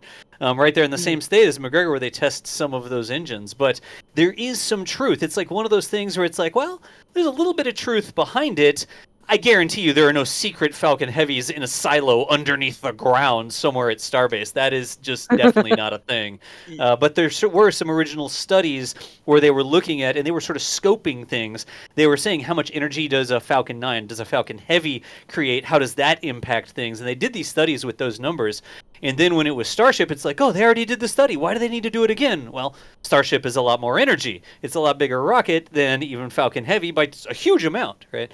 So they had to go through and sort of revisit some of those things, even though they had originally done the work for, seems silly to say, but much smaller rockets. Falcon 9, Falcon Heavy are much smaller rockets than Starship. Also, just to quickly add here, even in countries that are way less open than the United States, for example, China, we know about every secret launch. Like, every secret launch that happens there still is known, because it's kind of hard to hide a rocket launch. Yeah. So, hiding a Falcon Heavy from launching is, I think, impossible. It's someone will see it. You also have the Space Force, the SLD, the Space Launch Delta 18, I think it is. Yep. They track these satellites in space, and so whenever they see something new in space, they're like, huh, what's going on? And that is actually publicly accessible data that you can just look it up. There's a subscription site and everything that they have, and so you can basically get those updates of when new things are popping up in space and things like that. It's not really, it's publicly accessible for everyone. Yep. Huh. I thought that was a good thing. Like, it may just be people like, I told you so in Discord, but there's an interesting history to that whole conversation, and it's just one of those things. Like, things change over time. Oh, a package from SpaceX was delivered. Hey, I gotta hop off comms real quick and go get this package from my front door. Y'all have fun. Okay, that's. I'm now curious. That's okay. The point, Adrian. Bye. Aww. Hey, No, he's wanna getting know. a Starship delivered. Yeah, it's probably that's the most likely product from Yeah. from SpaceX. I mean, Starlink? What's that? No, it's a Starship. Obviously, he's getting a Starship for himself. So Alex, do you think they're like our chances of seeing a test here today with like engine action is probably diminishing quite fast, right? Yeah, I wouldn't say it's completely zero because they can always, they might have done this as some sort of like, I don't know, some kind of quick cryo and then go into some engine testing here and recycle basically because we have until 8 p.m. The whole window extends to 8 p.m. Obviously, hey, SpaceX, if you're gonna go all the way to 8 p.m., like give us a signal or something because that's 6 hours down the line. We've been here already for like 2, right? Or something along those lines. So like some signal, like vent maybe the ship right now if you're gonna stay all the way to 8 p.m. Yeah. But definitely they could be doing more stuff later down the line, and we'll have to keep an eye on that road closure as we go into that detanking that we're seeing here. Oh yeah, and so you're saying 6 more hours and then Starlink tonight. I'm reading through chat right now because there was some speculation of what package Death just got. It's like it's not a hopper plushie from SpaceX. It's inside of a 9.5 meter crate, so it's probably a Starship, I think. It's a Raptor. It's a Raptor. Like a full-blown Raptor just delivered. So Someone saying more we'll muffins. see. More muffins. It's more. Yes, SpaceX. muffins from SpaceX. Yeah, SpaceX branded muffins. Hey, I've been told they have a really good cafeteria there at Houghton, so probably they have some really good muffins. And yes, Daniel, the Falcon Heavy is launching on Thursday, and yes, NSF will cover that event. I can tell you that. That's Starlink tonight. certainly a thing. Oh yeah, and Falcon also there's Heavy like a Psyche. Starlink of. There's also a Falcon Starlink at the end of the week, right? Yep, on Saturday, October 14th, I believe there's already a window out, which I haven't posted internally for us for our planning purposes, but I'll be doing it tonight. Just relaying to you, Adrian. You're live. Thanks, noted. Why did this become a planning meeting? What's happening here? I Okay, don't know, I'm back. Adrian, but you know. I've returned. Were y'all guessing what I got? Yeah, somebody said a crate of muffins. SpaceX muffins. It's Starlink SpaceX parts. muffins. I've been expecting some Starlink parts, and so I got some Starlink parts in because we do lots of things But with is Starlinks, the especially Starlink around. satellites or the Starlink antennas? It's an entire satellite. They shipped me a satellite, and I'm like, what am I supposed to do with this? Make a coffee table? So It's like my wife like- would kill me. You can take the solar panels and use it for the bots. I mean, But question, Das, would you accept that killing and still make a Starlink coffee table? What? Yes. If a Starlink showed up over here, I'd hide it in the garage. I'd put some cardboard boxes on top of it and hope she didn't find it. Would be hilarious. Like, oh, I love it. In the shed behind the lawnmower. She goes out there and opens up the shed, and she's like, "Honey, what is this?" It's like it's not even like there's a cardboard in front of it, but it's not hidden at all. It's like it's way too big for that. I told you I was ordering a Starlink. I thought you meant the little dish. No, a whole satellite. Somebody chats at drone parts, and I'm like, no, SpaceX needs drone parts. We are fine. SpaceX. We Yeah, didn't- we'll ship all the Yeah. drone parts to the SpaceX drone operators. Did y'all see that in Starbase Update? The drone getting... I don't think the drone crashed into the engine. I think the engine crashed into the drone. I think that the drone was hovering and the engine actually hit. As the engine was being pulled down the road by the Cybertruck, it hit the drone as the drone was hovering, and the drone just wasn't hovering far enough off the side. Did y'all see the Starbase? Hang on, let me link up the Starbase update video real quick. Just like we say on the video, I think that drone was lucky that the engine was not actually on a ship and running. Yeah. Because that would have been way worse. I mean, yeah, here we go. Somebody has to write a damage report for that, and I think that's the most hilarious part about it. Damage because somebody has to do that. Yeah, I spammed the link into chat there. There is the link to the Starbase update, and that is where we have, it's the commentary update. We do like the non-commentary videos where we just show you sort of what happened, and then we do like an analysis video that y'all do scripts for and stuff, right? So we can explain what happened. So yeah, literally in the title of the video, Cybertruck runs circles around Starship and hits drone. Literally, the script writing team is on this call right now because it's Alex or me in changing each week. It's speaking of the Starbase update, there's something so hilarious because I wrote this on Saturday. Yeah. And I was looking at the footage from last week, and we had a few views of Ship 30 inside of the high bay. And I was like, man, they have already done so much work on this. It's being on that corner of the highway for so long.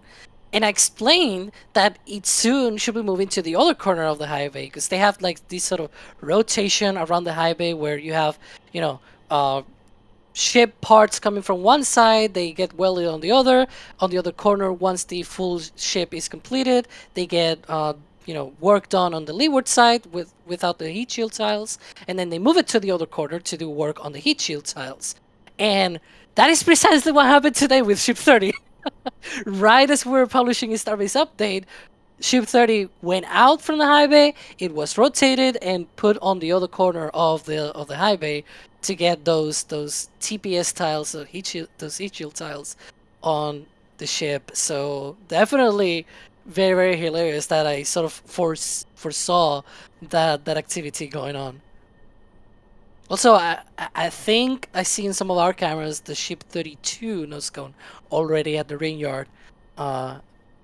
Ship 31 is also rotating as well. So yeah, there's a lot of ships going down the line here. It's crazy. Do we know why they sometimes rotate the ships?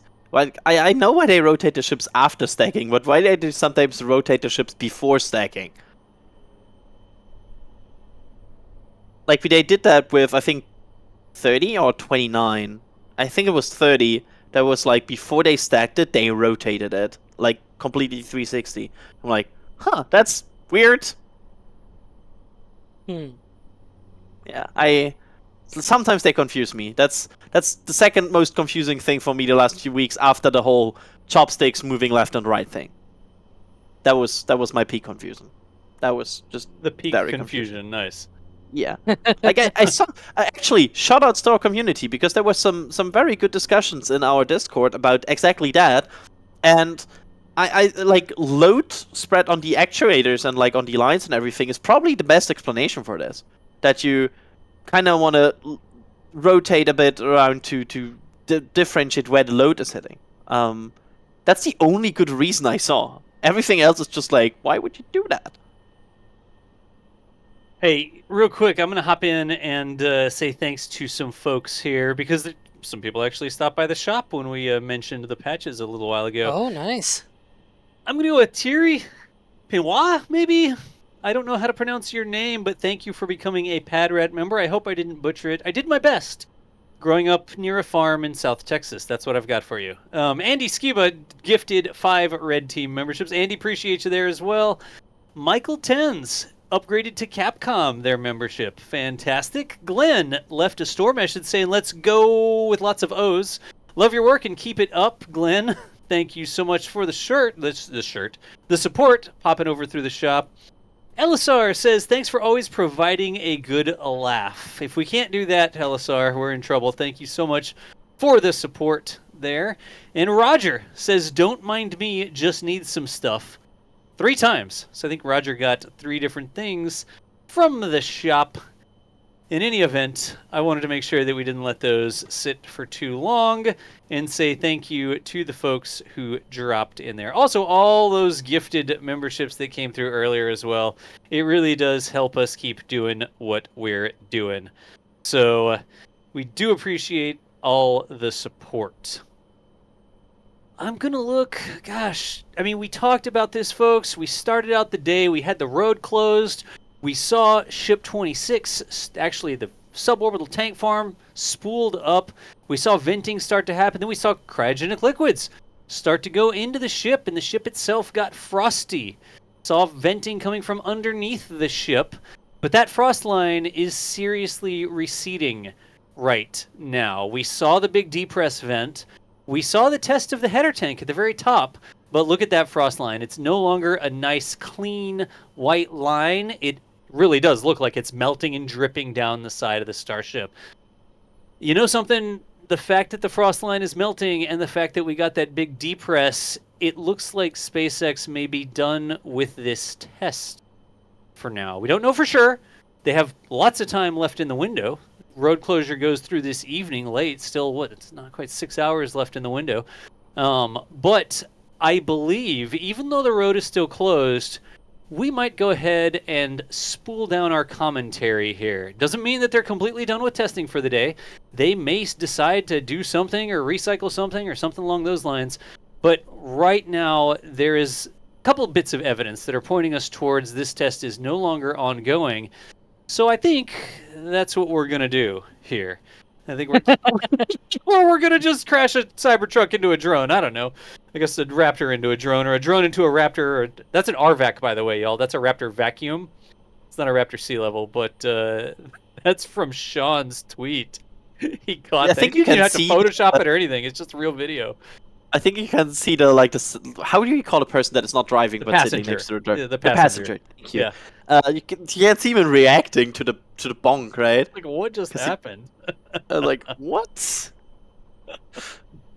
But that I mean, that drone is a bit expensive, by the way. Oh, that's a DJI Inspire, it looks like, or some DJI Inspire clone. The transformer where the wings actually fold up to get out of the way of the camera, so you get better cinematic pan ability on the drone. That's a pricey drone that was attacked by an RVAC. Yeah, I saw some people identifying it and being like, it's around 15,000.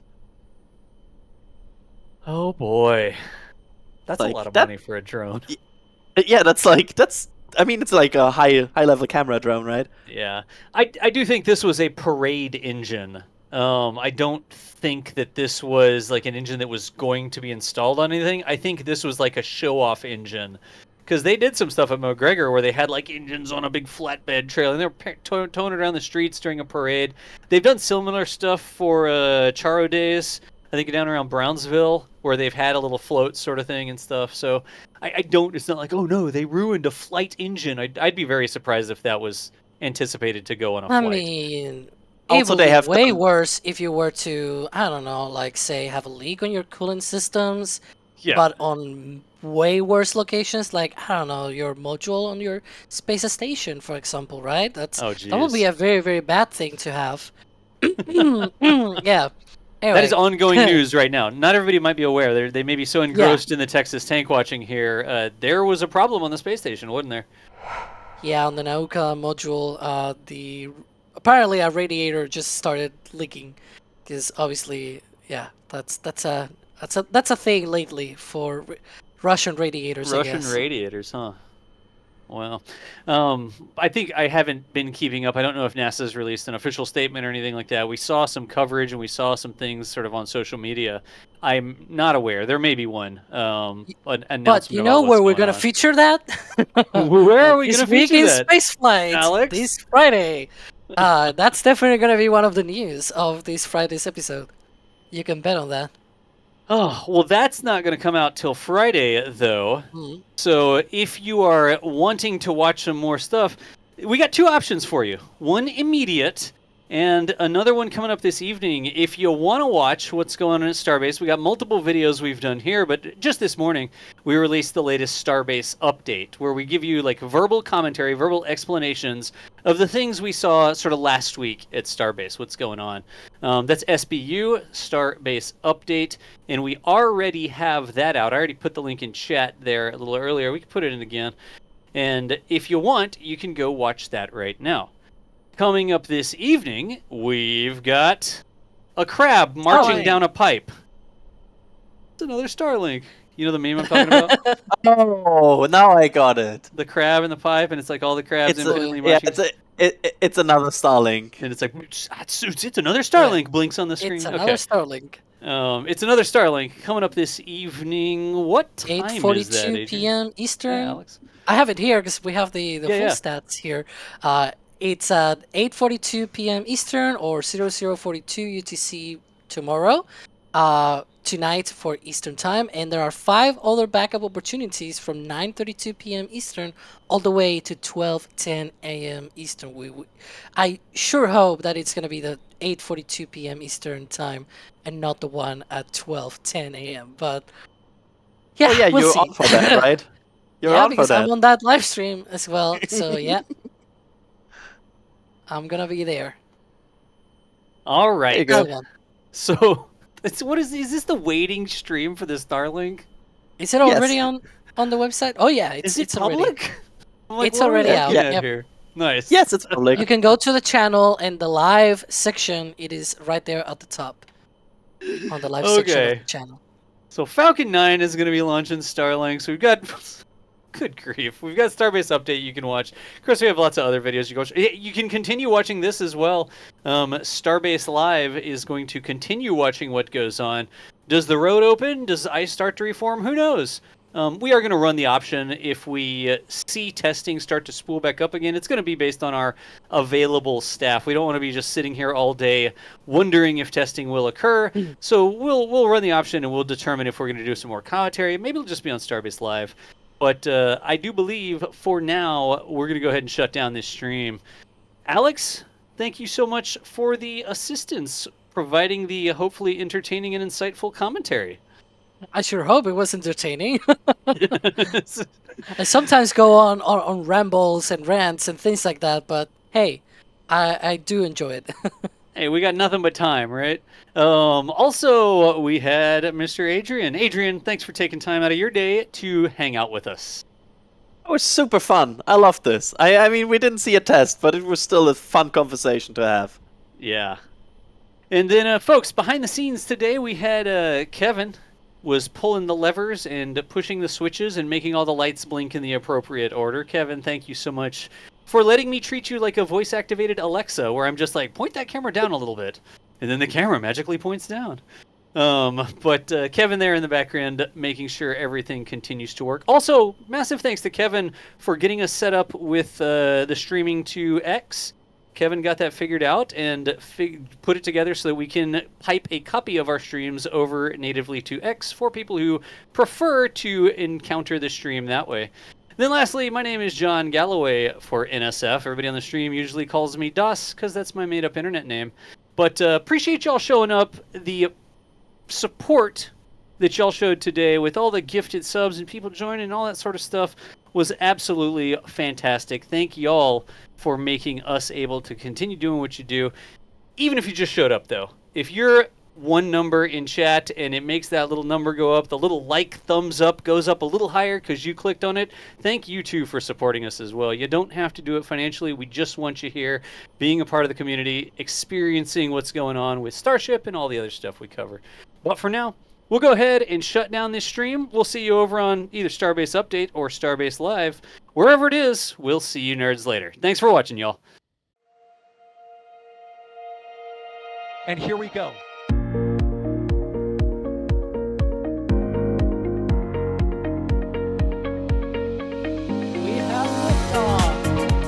Propulsion continues to be nominal. RCPA chamber pressure looks good. Rolling up. Roger, Atlantic. Water towers fly! Yes! Tango down to nominal. Flight down to SC off. Bring in SC my god! Oh my god! Decollage. What is it? Put that in the big bag, you know. 343 unfolds to go. Indeed.